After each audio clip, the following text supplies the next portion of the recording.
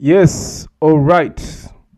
So hili ni swali la NECTA ya mwaka huu 2025 paper 2, swali la 7A Roman 2, swali la differential equations. Swali nasema find the solution of the following differential equation: dy dx minus x tan y minus x is equal to 1. So let's do that one. So that is our differential equation here. So to do this, I have to let z is equal to y minus x. So if I differentiate z with respect to x, I get dy dx minus 1.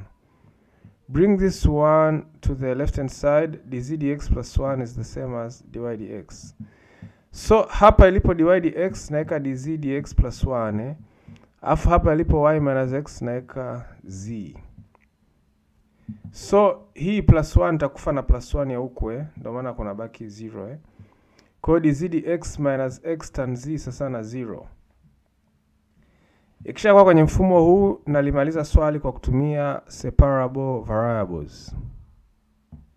Kwa hiyo zenye z weka upande mmoja, tunakuwa na dz over tan z, na zenye x weka upande mwingine, inakuwa ni x dx. Integrate both side, upande huu tunapata natural logarithm of sin z, upande huu tunapata x square over 2 plus c. Lakini remember z was y minus x, so our final answer is going to be natural logarithm of sin of y minus x is equal to x squared over 2 plus c. Ukitaka kuendelea kusimplify hapa umeweka y the subject, hiyo ni juu yako. For me, let me say subscribe.